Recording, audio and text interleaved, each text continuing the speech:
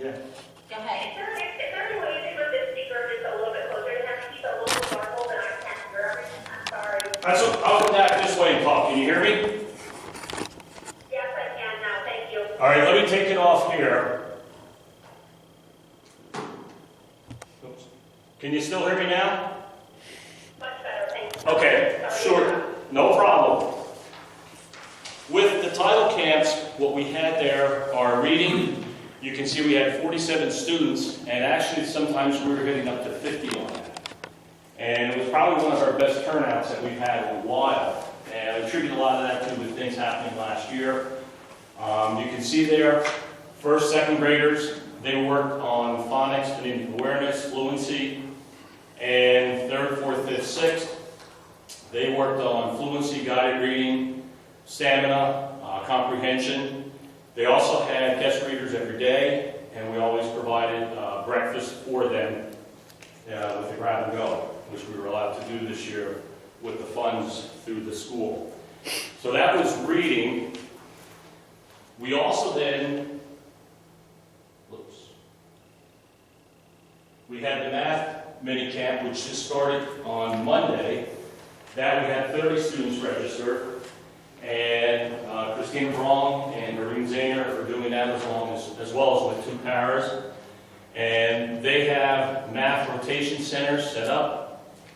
You can see there that the centers include basic math facts. They also have one of the centers with math skills, 2-digit, 3-digit, 4-digit, and then also word problems, which is one of the big things with PSSAs. So we have all that. So those are the two big camps. We'll have more detail with academics and adventures camp. That has been going phenomenal. The kids are doing really well. The staff is doing great things. They're having a ball. They're seeing things that they've never experienced. We had them up to Jim Thorpe, to the Environmental Center. I know they've been going down almost weekly to the pool. Carbon Monroe Pike Drug and Alcohol has been paying for that. Then they're doing some lessons with drugs and alcohol and different things down there, and awareness programs, and then they're allowed to stay and swim and so forth.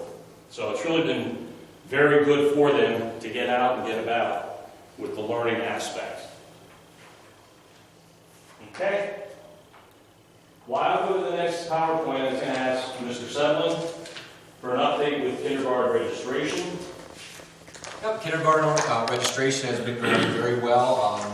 We're very well attended. We've had almost complete participation from our parents.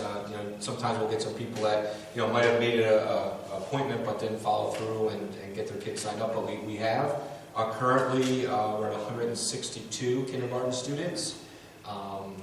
So we're planning on having a kindergarten orientation on August 25th. I will get that information out to our parents. I've been waiting a little bit yet because I'm trying to see what's happening with with COVID and if there's going to be any type of restrictions. As of now, we're not planning on having any indoor restrictions. Mrs. Howland did send out a letter about a freshman orientation, so I'm using parts of her letter, mirroring that just to kind of make some suggestions for parents. But we weren't able to do that last year. The PTO participates, our teachers participate. It's a time when our kids can come in, meet the teachers talk about their program, get a little basic tour of the school. Myself, the guidance counselor, the school nurses are able to talk to the parents. So I'm really hoping that that's able to follow through. And again, that's on August 25th from 5 to 7 at the elementary center. But yeah, everything's working really well. Karen Schaefer's doing a great job with the registrations, along with Mrs. Klutz up here at Central Administration as we move over to centralized registration. So hopefully, we get them into the building on September 7th and we get started as planned. Go ahead.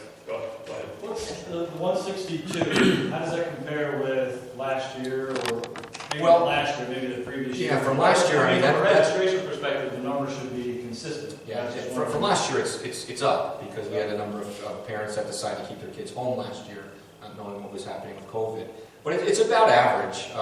We average anywhere between 150 to 165, every year now. We haven't really had the withdrawals that we typically would at this point. And And I'm wondering when I'm talking K to 5. Sometimes people will register their kids, and then 2 weeks before the school year starts, they'll withdraw them because they moved to another district or something like that. We haven't had as many withdrawals. We've had more enrollments than withdrawals at this point, and that's a little bit different from the average year to year. But we're about the same, right around the same, maybe a couple kids more than what we usually would have at this time in August prior to a school year. Thank you. You're welcome. Good question. And I do know, talking with Tina and so forth and the principals, just since the beginning of July, we've had over 75 students register for the upcoming school year. So a lot of them are students that are coming back from charter cyber schools. But I know today when I was in here getting everything set up as well, a mother came in with 3 kids. So the numbers there, they're going up, and which is good. So we're hopefully getting back to as normal as can be under the circumstances, and hopefully things continue to move in that direction. The next thing that I have on the agenda there are grant funds. These are the... Yes? May I ask a question, or is now not appropriate time? No, you can ask a question, sure. Who's on the phone? This is Michael. Do we have any data on how many kids selected to be able to repeat a grade like the governor gave permission to, or are there any repeats because of COVID? As of now, we're not aware of anyone. I think that deadline is passed. Yeah, the deadline has passed, and as of that point, I know there was a possibility we were thinking of 1, but that never came to fruition. Wonderful. Okay, great. Thank you so much. We've done our job. Sure, no problem. The next one, and like I said, this information will get put up on the website. This is a PowerPoint, and this is in regard to the ESSER funds. And the first one is the Elementary and Secondary School Relief Fund. This one, we received $2,364,259. Now, we don't get that money all in one lump sum. That gets spread out over equal installments, and you can see the grant backdates all the way to March 13th, 2020, when the governor declared the emergency. It goes up until September 30th, 2023. However, there's a clause where you get an extra 12 months.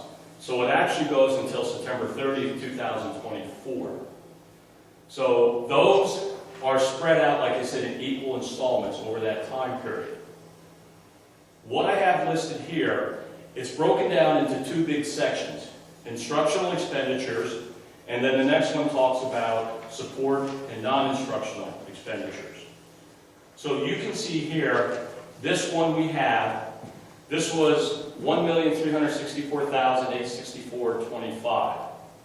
And that includes 6 teachers, 2 social workers, guidance counselors, school psychologists, 2 part-time paraprofessionals, and that's all salaries and benefits for them.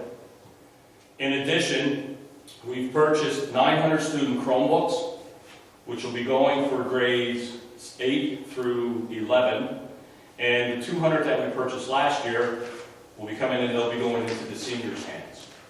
And the reason we're starting with the 8th graders, the devices all are for 5 years, they're supported for 5 years, we have warranty for 3 years, and that's the cycle we're kind of going in, so that when they get in 8th grade, they'll get the Chromebook, that'll follow them to graduation. As we get into this, then 3rd graders will be getting one, and that'll follow them all the way through 7th grade. So we'll have that cycle going. And then K through 2 will be iPads.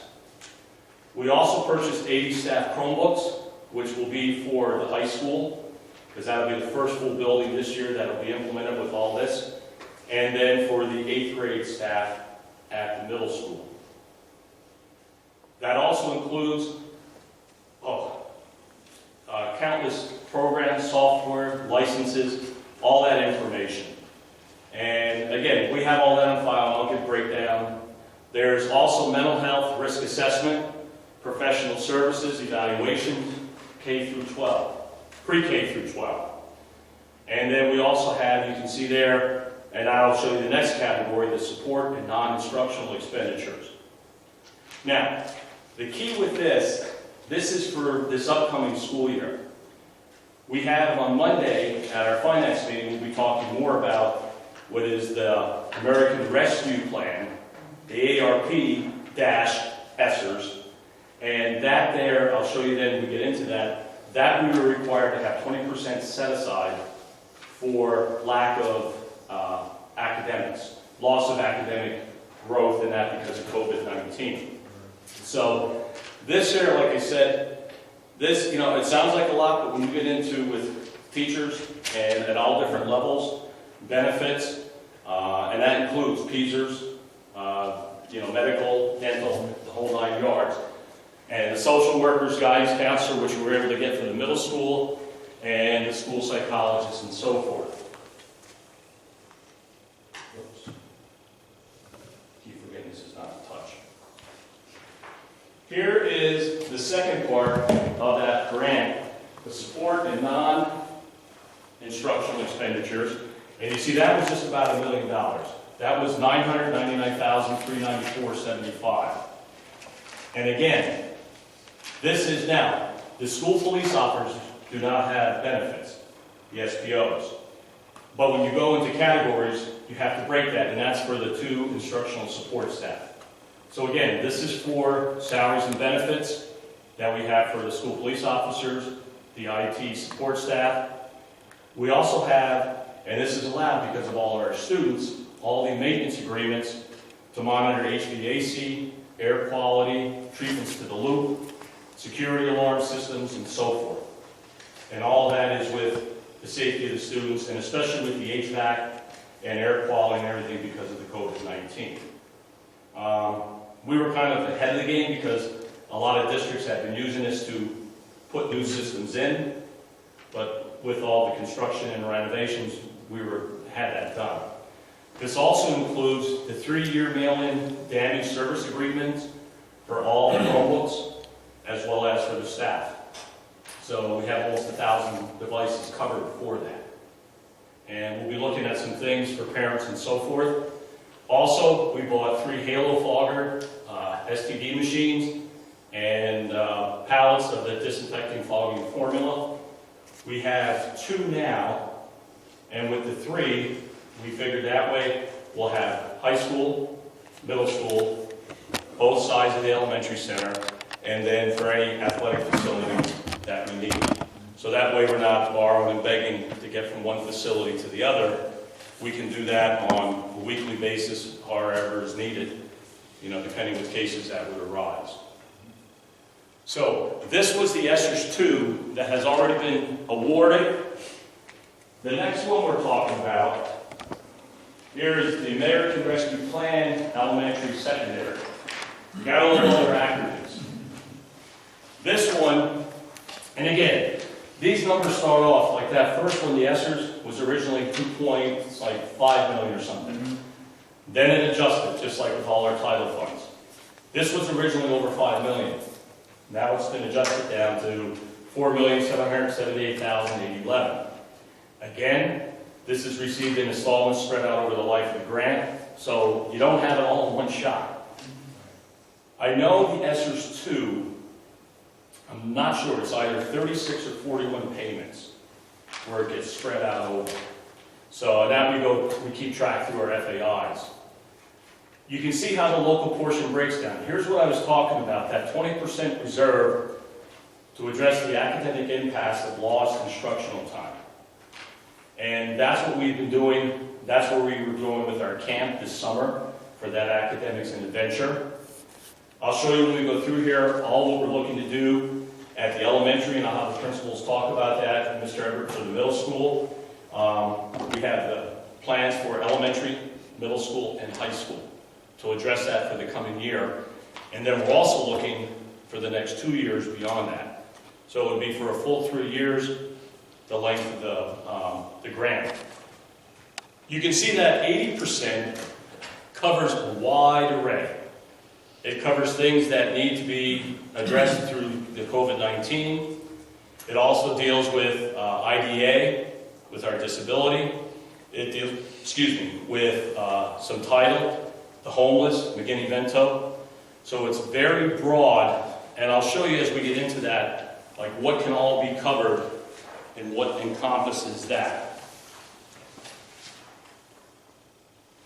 So you can see here, these are some of the allowable uses under this grant. Safe in-school, schooling continuity of services, facility upgrades. The big one, social emotional learning, trauma sensitive, health and wellness. Also, for staff recruitment, retention, support, there's the academic recovery acceleration, systemic equity, and family community partnerships.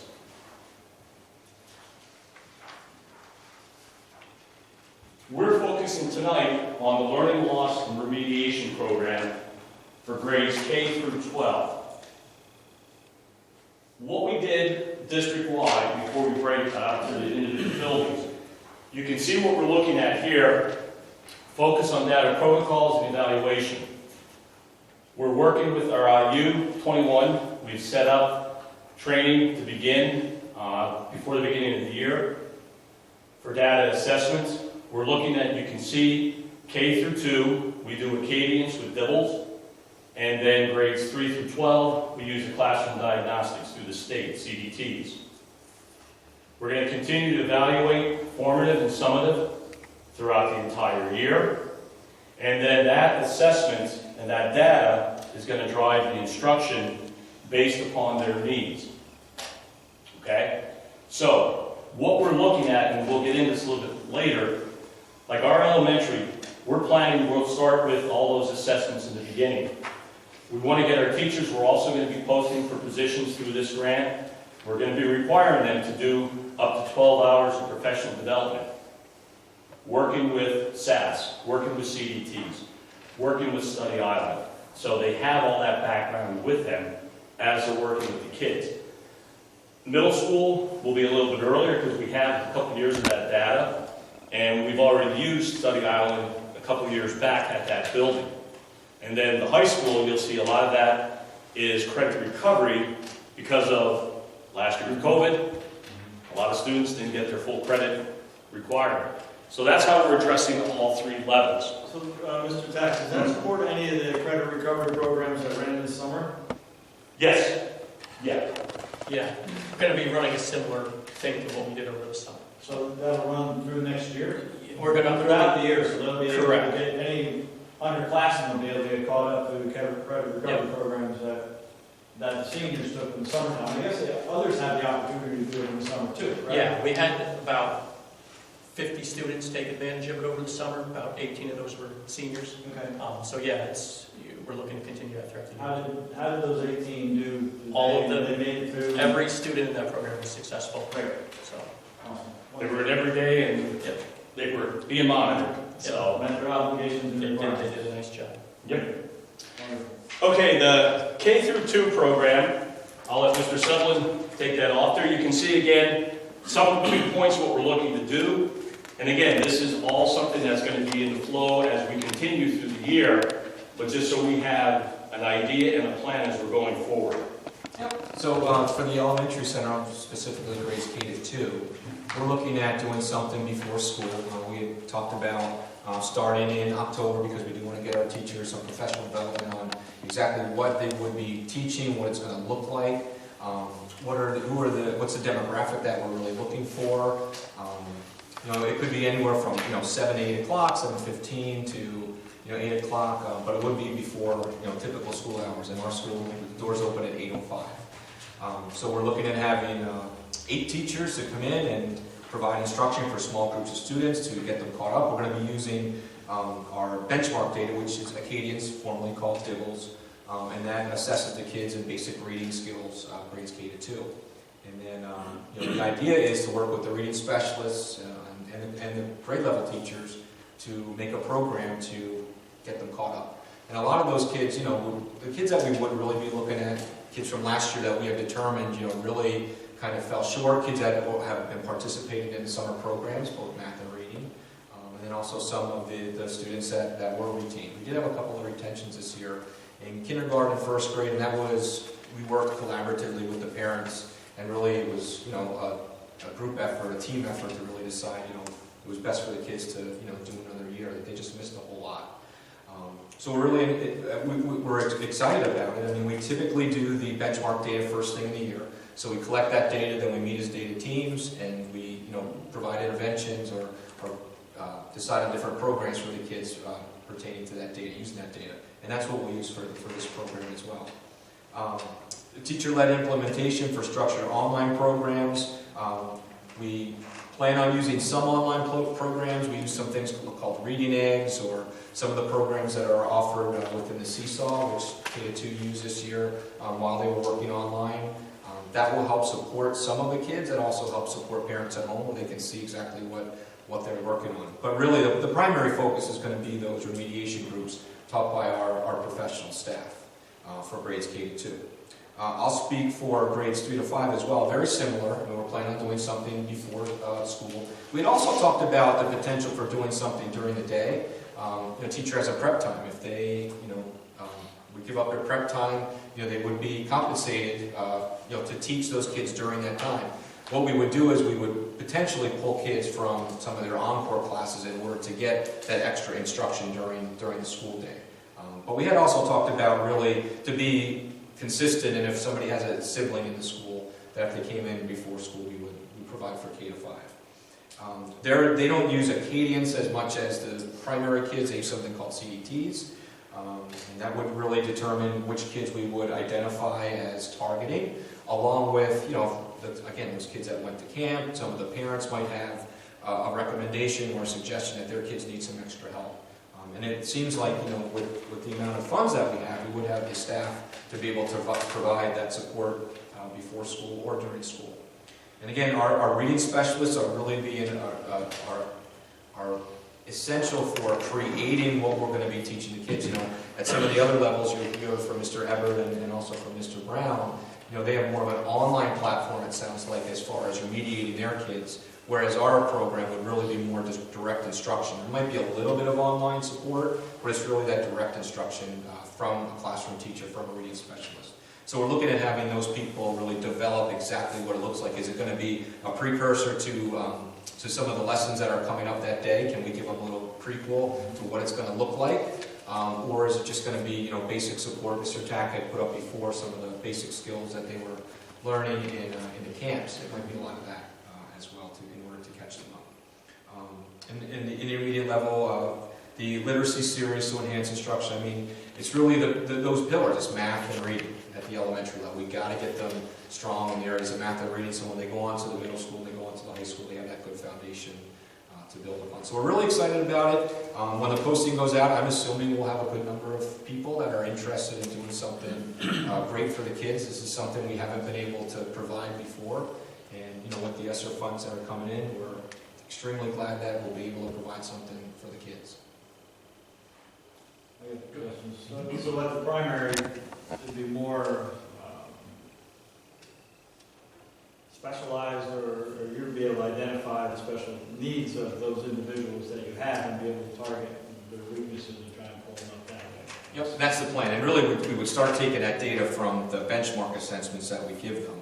But again, it could be teacher recommendation. We were extremely lucky that we were in school last year. So, if a child is now in 2nd grade, their 1st grade teacher comes back and says, I really think that, Larry could use some extra support in reading because last year, he's a little bit behind, and we're able to have that dialogue and maybe get, contact the parents and get the kids in that program.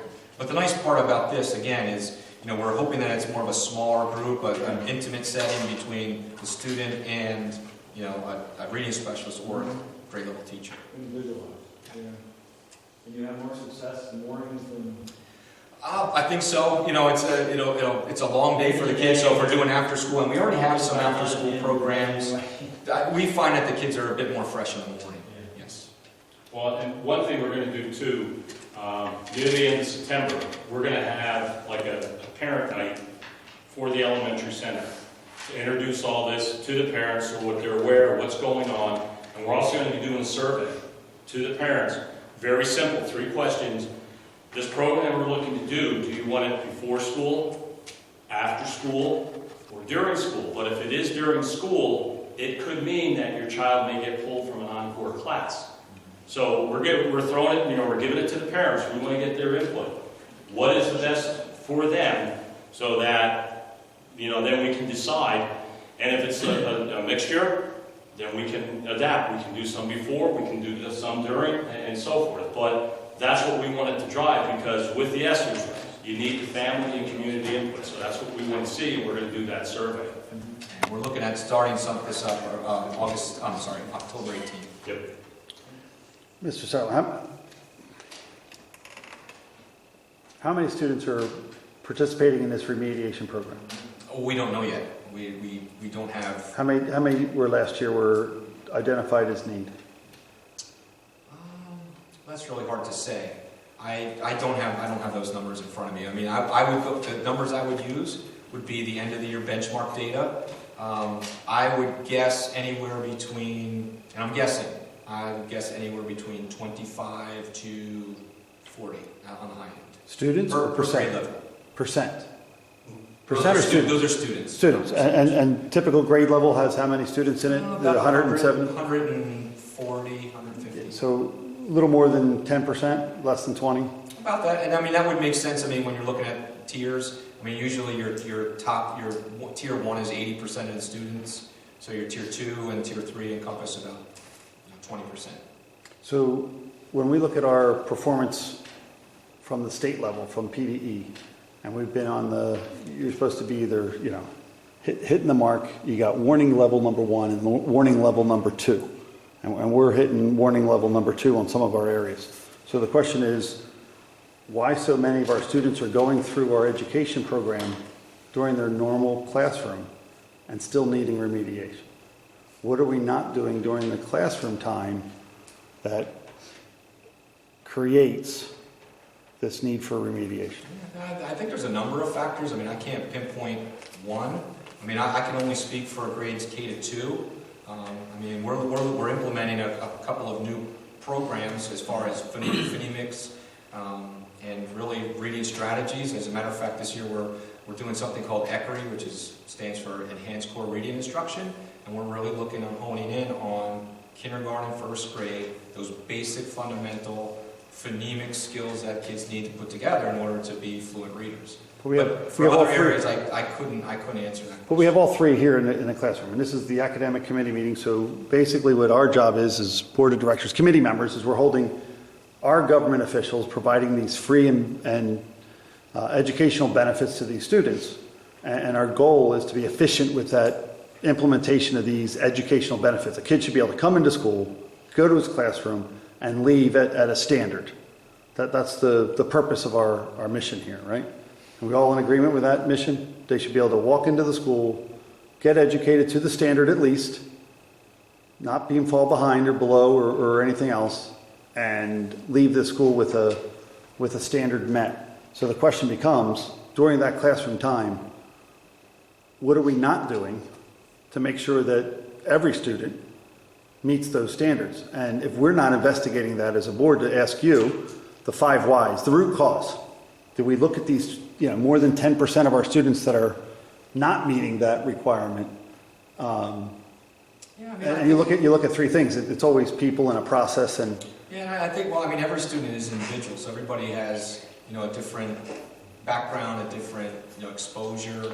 So there's a number of factors, but you're right. Every child that walks into my building, I want them to find at least Proficient. a proficient level of success. So that's why we're constantly looking. every year. I've been here 16 But we're not doing years. we're not doing it as a root cause analysis to decide here's 10% or more of our students in a particular grade, per grade, all the way up to K through 12, that need to be evaluated, management of this entity. But if we had a 10% failure rate or a 10% unsuccessful rate within any private sector entity, we'd be out of business. So when we look at it on our side, I think we're accepting this concept that we can always just add more time, more money, more effort to an individual, when we really could look at the root cause of the problem and say, what do we need to do to increase the ability for everyone within that classroom to meet this standard? And it could be resources in the classroom level, but it sounds like we're throwing more teacher time at the problem. And if we're throwing more teacher time at the problem, and the same amount of teacher time was not successful originally, is more teacher time in the same thing really a solution to that root cause problem? Well, I think one of the things, just to jump in actually, that I wanted to share at the And what's your name again? Lauren Courtney. Okay. That I wanted to share at the end, and I talked to Mr. Sevlin about it. I just finished a week-long training last week from the Apple Group. They're based out of Arkansas, and it is called Connections, OG, and 3D, and it's a dyslexia training, but it is actually a program that can be used whole group, or you can utilize it as intervention. And I know myself and 3 other staff members at the elementary center are now trained in it. And Mr. Sevlin, I talked to him and others have talked, and just a ton of success. And I am in love. I cannot wait to utilize this program. But I know Sam, Mrs. Kistler, myself, and Crystal Orsolak, one of the learning support teachers at the elementary center, we were able to participate in the training paid through a grant. I'm not sure Missy and Ashley, how they were the first ones with a grant as well. But it is a program that, this is my reference book. So this is all research that this program has done. These are all the lessons, and as you can see, I've got all my materials, but it's a hands-on. And I can talk more about it, but I think that this is potentially something that we could look into. It starts with making sure the kids know how to read. I think that the curriculums that we have do a good job, but I think this focuses more in depth and is hands-on, and there's tons of research behind it. I have pictures on my phone from the slides they shared of the progress that kids had through DIBELS on their success. So I don't think it's something that we're not doing. I think it's something that we are doing. I just don't know that we're completely encompassed there yet. So this is one way that the district, to share out, has helped us as staff, some of us, to move into, view this program, be trained in this program, to see the effects of it. And I think that this is something that we may look into talking about for future as a potential for. And that's a great potential solution once a problem has been defined. Prior to that definition of the problem, which is staff training, I'd like to go back to the original, to stay on topic. If you look at it as a root cause analysis, these 10% in each grade, our principal at each school, our teachers in each class, they should be asked this question: what makes this student meet the standard and this student not meet the standard? And then look at it from either, is it that the teacher and the student don't see eye to eye and therefore don't communicate well, at which point adding some communication skills would benefit either the teacher and or the student? Is it the fact that they don't have the same type of learning experience? Is it this kid tends to be a more visual learner, we need more visual aids, therefore the classroom supplies are short, and therefore that would aid this process. But I think if you spent the money looking at the root cause of the problem first, really defining the root cause, and then understanding that if these are the root causes that this room compiles to say, these are the things we want to resolve, then we look to the professional staff and that opportunity from your program that you want to that says, this program might have these resources to help those students. Then you get to measure whether or not they were successful. Right now, it seems like from a decade of watching this, that a lot of things get thrown against the wall and they're beautifully tossed, but they don't seem to provide that success rate. And it looks like we're actually sliding as a district instead of growing as a district. When you look at your standardized testing, is all they really give us to use as a metric. If we want to use a different metric inside of our school, we have that ability. We have that control if we want. And you can only control what you measure. So if we measured that first and then looked at it from an individual standpoint of this classroom, and if we find that, let's say, teacher A or teacher B is lacking certain resources, teacher A is lacking a communication skill, and then even if we move students around, when we find this conflict or this concern, either from a teacher standpoint or a student standpoint, we can better manage the free and public education they're supposed to be getting, because these resources are supposed to follow the student.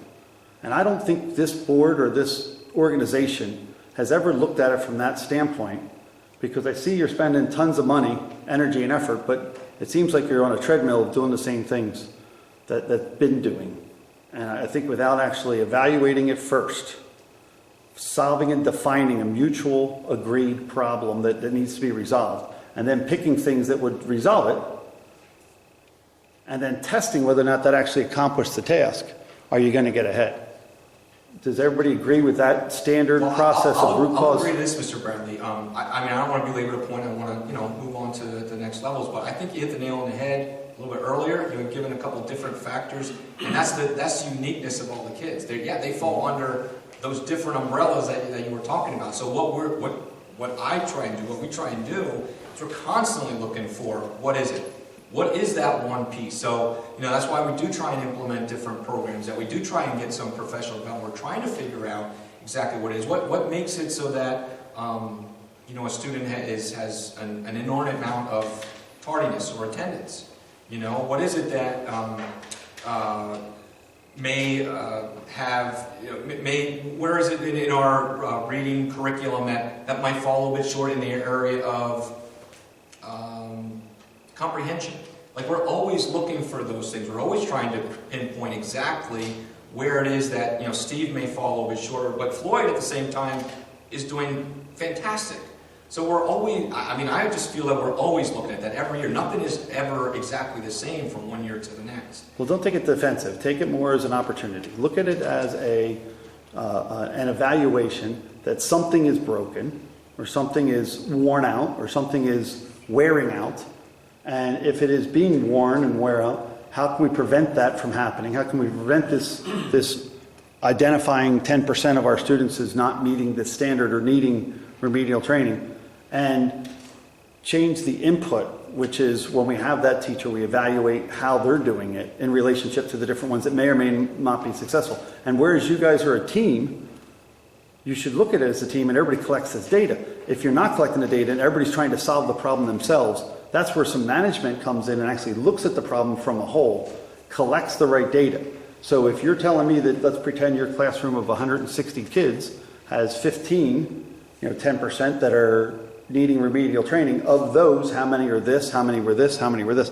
And if we're not getting that data, and we don't need individual student information, we look at big picture view. If we have this many students having this problem spread out through this school district, we can resolve that. That's not a big problem to solve. It looks like we're not really trying to solve the problem as much as finding ways to consume the money. And that's where I think you're making a managerial, wait a second, excuse me, sir.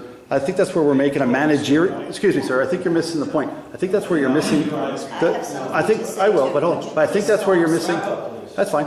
I think you're missing the managerial oversight responsibility. That if we don't challenge and question ourselves as to why, and ask that why question a couple times deep to really find out what's happening. The tardy is a perfect example. If a student asks why they're tardy, well, they didn't set the alarm. Why didn't they set the alarm? Well, they didn't have one. Right? Why don't they have one? Right? Where's the responsibility in the system? So some of these things can be resolved very effortlessly if we just do a root cause analysis. If you're telling me that this has been done, that's fine. We have not seen a single bit of data as a board, and I've been watching for 10 years at this district, and yet we still see a sliding slope of performance. If we don't turn that around, we're going to struggle, and these kids are the ones that are suffering. So go ahead. I think you're, again, unfortunately missing the point, is number one, you cannot compare private to what we do.